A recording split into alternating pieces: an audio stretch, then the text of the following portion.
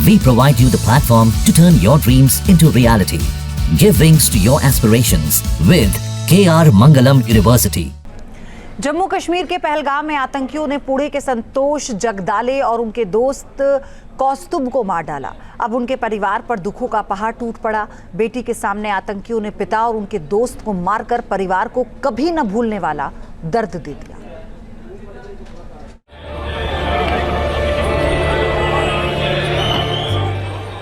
आंखों में आंसू,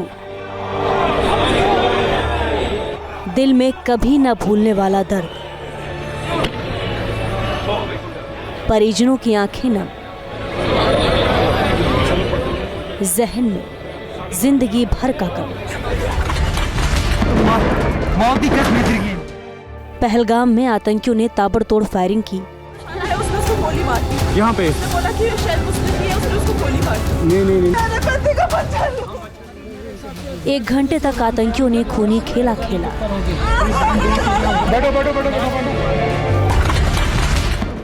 बैसरन घाटी में आतंकियों ने अंधाधुंध गोलियां बरसाकर कई घरों के चिराग बुझा दिए।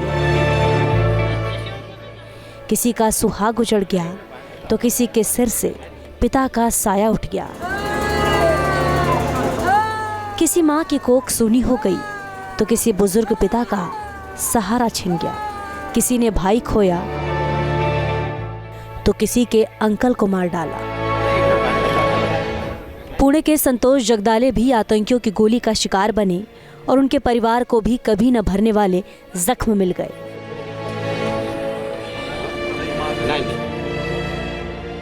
पत्नी, बेटी और दोस्त कौस्तुभ के साथ संतोष कश्मीर घाटी घूमने गए थे।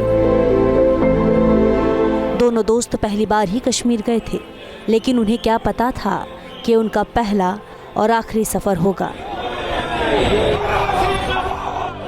पहलगाम में आतंकियों ने पत्नी और बेटी के सामने ही संतोष और उनके दोस्त कौस्तुभ को गोली मारी। पिता को बचाने के लिए बेटी उनके सामने आ गई, लेकिन आतंकियों ने सीधे सिर में गोली मारी और वो वहीं ढेर हो गए। एक ऐसा लॉस है जो कभी भर नहीं सकता है। मेरे फादर को, मेरे अंकल को, हम लोगों के सामने उन पे फायरिंग हुआ and they were shot dead in one go.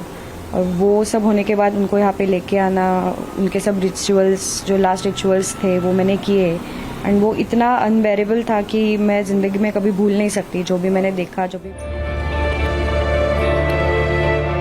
संतोष जगदाले के जाने के बाद उनके परिवार पर दुखों का पहाड़ टूट पड़ा है।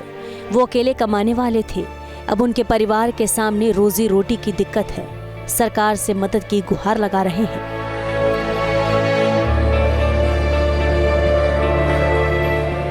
मैं तो खुद हाउसवाइफ हूँ और मेरी बेटी का कोई जॉब भी नहीं है, तो वो छोटे मोटे काम इंटीरियर के करते थे तो उसी में हमारा चल जाता था। पर अभी वो ही नहीं है तो मेरा घर कैसे चलेगा और मेरी बेटी का भविष्य कैसे चलेगा।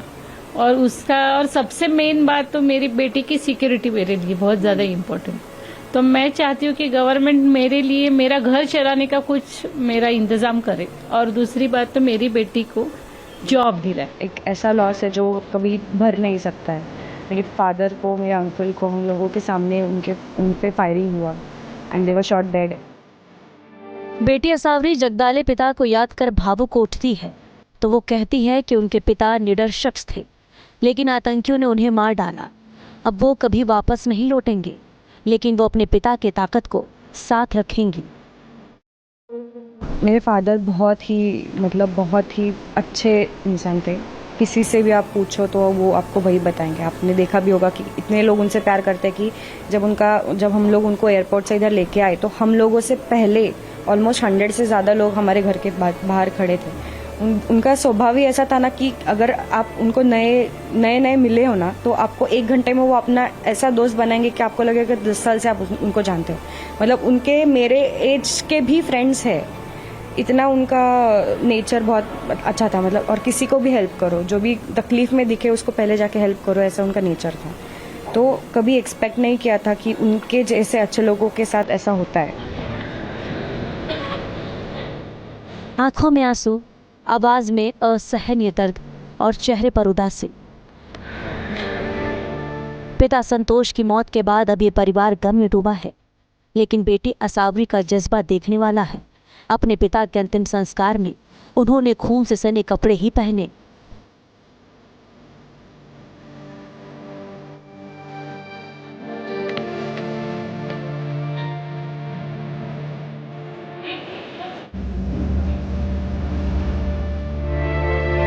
पहलगाम अटैक को लेकर असावरी ने जो बताया वो दिल दहला देने वाला है।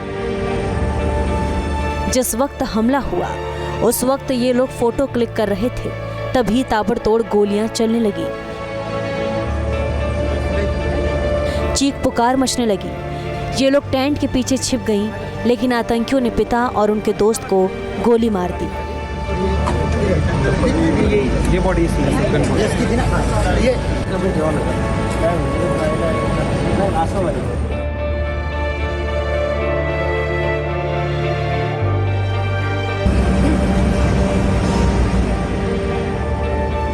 संतोष जगदाले और कौस्तुभ एक दूसरे की परछाई थे।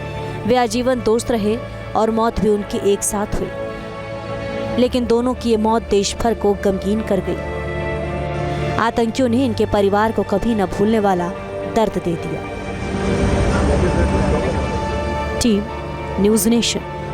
न्यूज़ नेशन अब व्हाट्सएप पर। खबरों के ताजा अपडेट के लिए न्यूज़ नेशन के इस QR कोड को स्कैन करें।